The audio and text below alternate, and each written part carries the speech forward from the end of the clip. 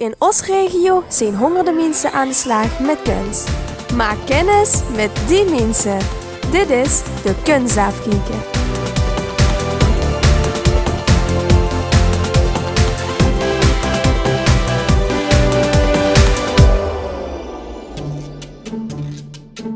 Dit is de bovenkant, hè? Ja, dat is de smalle kant. Er komt een spannend moment aan voor de keramiekcursisten in de EC. Er komt een tentoonstelling met het werk van de cursisten. De voorbereidingen zijn inmiddels in volle gang.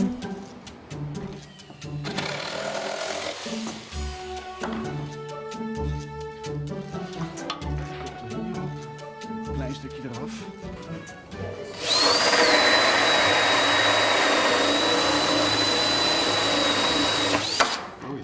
De tentoonstelling 4 april is een kennismaking met de cursussen, wat wij hier doen, dus de producten. Dus jammer genoeg zijn de trajecten, de processen, het maken zelf en alle hobbels en technische dingen niet te zien.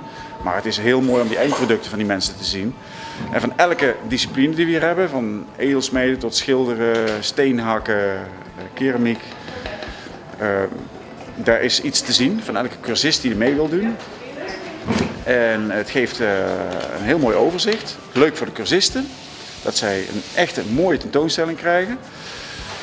In een prachtige ruimte. En het is, vind ik, een visitekaartje voor ons, voor de EC, dat wij aanbieden aan de mensen hier in Roermond en omgeving. Ja, er komen van elke cursist bordjes bij waar de naam op staat, de discipline, de docent en een titel van het werk als dat een titel heeft. Dus dat we echt een mooi officieel tintje eraan geven, hè, dat het uniform is. Sommige mensen die zijn dan heel attent om even te zeggen dat hun carrière op het spel staat, maar de naam is niet goed gespeld. Nou, toen zag ik dat er Dorien stond. Ik dacht, ja, zo heet ik niet. Nog steeds niet. Dus aan Arjan gevraagd waar de fout zat. Hij zegt, ja, dat weet ik eigenlijk niet. Maar ik zal het in ieder geval eerst proberen te veranderen. Bah, ach, what's in the name. Ja, ik ga het glazuur aanbrengen op het werk van de cursist.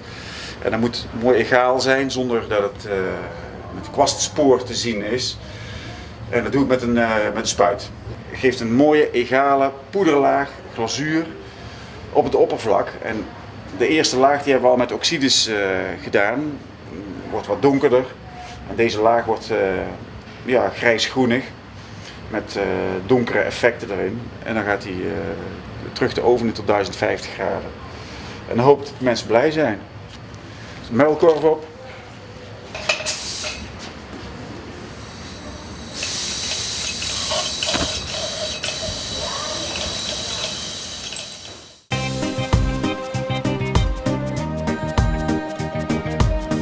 Op zondagmiddag is het moment dan eindelijk top. De tentoonstelling wordt geopend.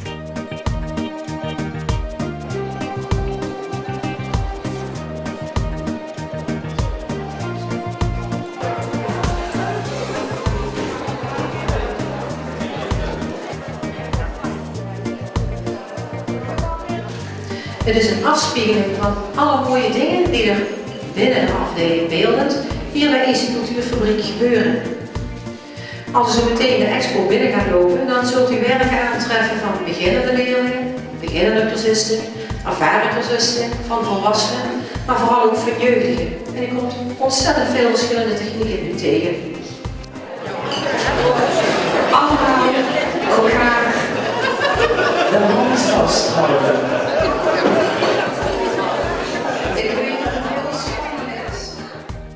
Daar waar de vizieren open zijn, daar komen wij samen. Dank u.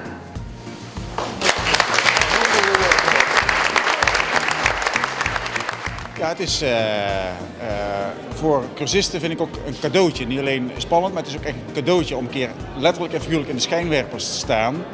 Waardoor ze het werk ook op een heel andere manier zien dan in het lokaal of bij hun thuis. Het wordt daardoor ook opgelicht. En het is heel mooi om het seizoen daarmee af te sluiten.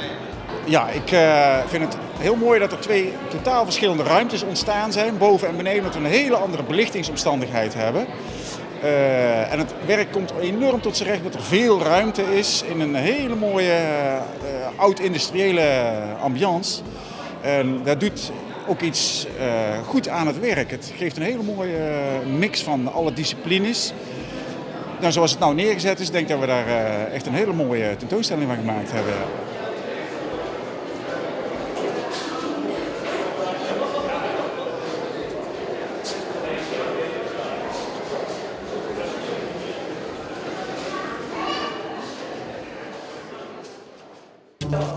De laatste dag voor de zomerstop is aangebroken.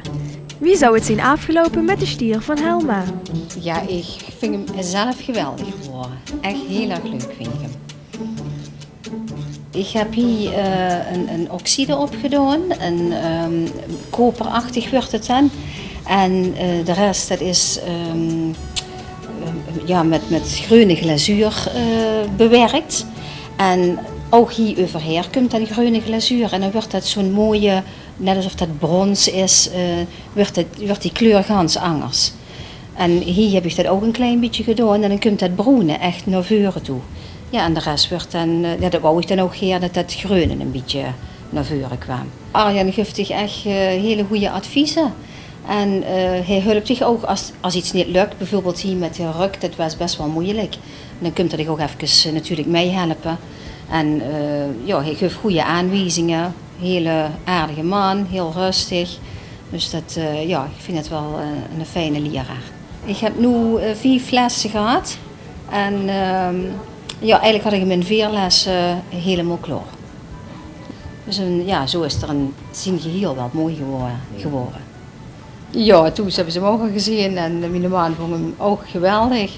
Dus mijn zoon heeft hem nog niet gezien, maar dat komt nog. Als sterrenbeeld is hij stier, ja. Dus dat komt wel goed uit. Ik kan er hem later overnemen.